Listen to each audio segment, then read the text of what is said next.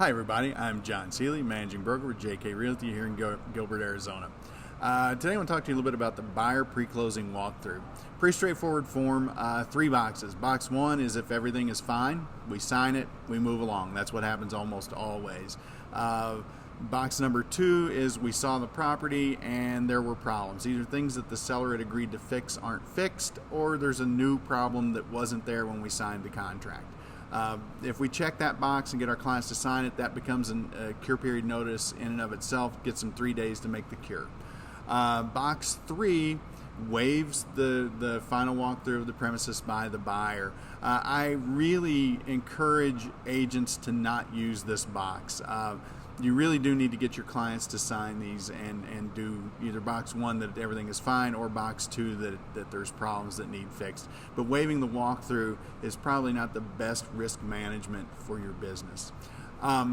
Is the buyer required to do a walkthrough is a question I get quite a lot. And no, they're not. There's no requirement in the contract for the buyer to do a walkthrough. There is a requirement in the contract for the seller to make it available for a walkthrough and to make sure that the utility's on for that walkthrough. So no, they don't have to. Should they? Absolutely they should. And if they can't do it and they ask you to do it, I would suggest you not do it. If they ask you to do it or say they can't do it, tell them there are third-party people out there that'll do it for them. They could certainly get a family member to go do it for them.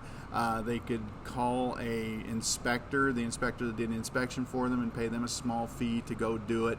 You'd want in writing that they were going to allow this third party to do it, and you would still want the buyer themselves to sign box 1 of this document. Okay. When should we do the walkthrough? That's another question I get a lot. I suggest you do it 3 days ahead of COE. If you don't do it 3 days ahead of COE, your chances of extending COE are pretty good, because this becomes a cure period notice. If we do it on the day of close of escrow and we find a problem, we're at least 3 days later now before we can close. So that's sort of the rule of thumb I use for our agents and our clients, is that we really want you to do this 3 days before. And I understand that there's a lot going on 3 days before, but this is just one of those things. And you tell your clients at the beginning there's this flurry of stuff, and at the end there's this flurry of stuff. So they'll be pretty understanding, I would think. If the seller refuses to make some repairs that you found a problem here, you're going to have to probably have your client make a decision on, is it big enough to not buy the house?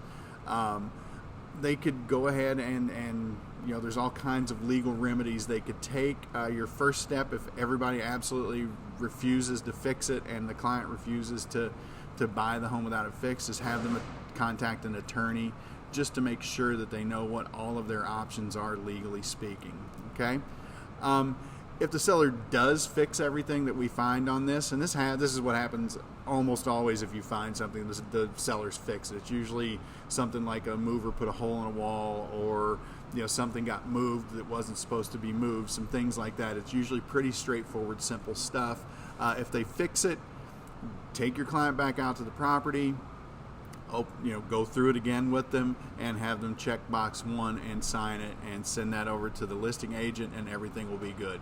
So that's the long and the short of this form. There's a lot more we could talk about. If you'd like to talk about it, give me a call. My cell 602-400-4376. I'd be glad to talk with you. And thanks for your time.